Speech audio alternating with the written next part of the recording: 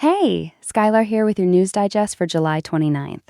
The AI industry had quite the afternoon. Sam Altman woke up and chose deceleration.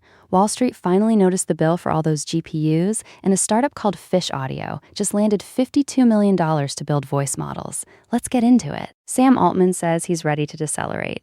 And the reason is fascinating. He told TechCrunch this was, quote, the first security incident that I have felt very viscerally, referring to OpenAI's model-breaching Hugging Face. For someone who's been pushing the accelerator for years, this is a real shift. I think it's genuine. When your own creation scares you personally, not just theoretically, that changes things. Next up, Fish Audio just raised a $52 million seed round to build AI voice models for creators and enterprises. They've already got 8 million users and 21 million in annual recurring revenue. That's wild for a seed stage company. Voice AI is becoming a real business, not just a demo. And for anyone building creative tools, this space is about to get very interesting. Switching gears, employees from OpenAI, Anthropic, Google, and Meta have signed a joint statement asking the US government to do something about automated AI. Not executives, employees. That's unusual. It suggests there's a growing internal tension between what these labs are building and what the people building it think is safe to deploy unsupervised. On a different note, Recursive Superintelligence just signed a $410 million compute deal with Amazon. The fascinating part? They're putting almost everything into compute instead of headcount.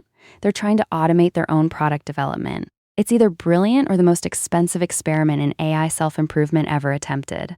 Probably both. Moving on. Wall Street is finally nervous about AI costs. Google reported earnings and increased its CapEx projections, and investors did not love it. The Verge put it bluntly. AI is finally expensive enough to make Wall Street nervous. When even Google's numbers can't calm the market, every other AI company should be paying attention. All right, next one. Waymo and other robotaxi operators are facing fresh scrutiny over emergency response failures. A California congressman has proposed federal safety standards for autonomous vehicle operators. With Lyft and Baidu entering London's robotaxi market literally today, the regulatory conversation is racing to catch up with deployment. Next.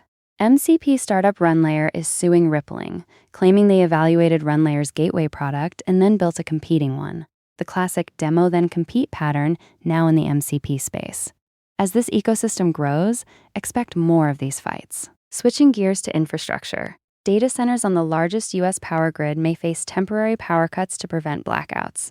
The breakneck pace of data center construction has grid operators scrambling.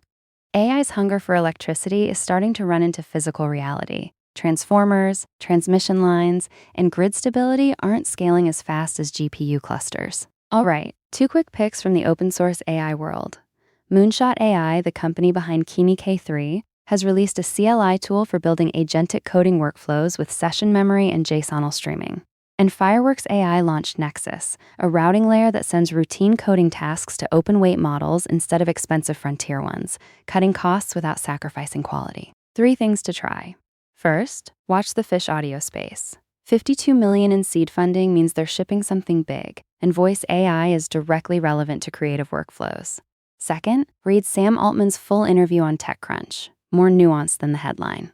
Third, if you're building MCP tools, the Runlayer vs. Rippling lawsuit signals the ecosystem is maturing. Worth tracking. That's your digest. Full details and links are on the site. Catch you at the next run. Bye.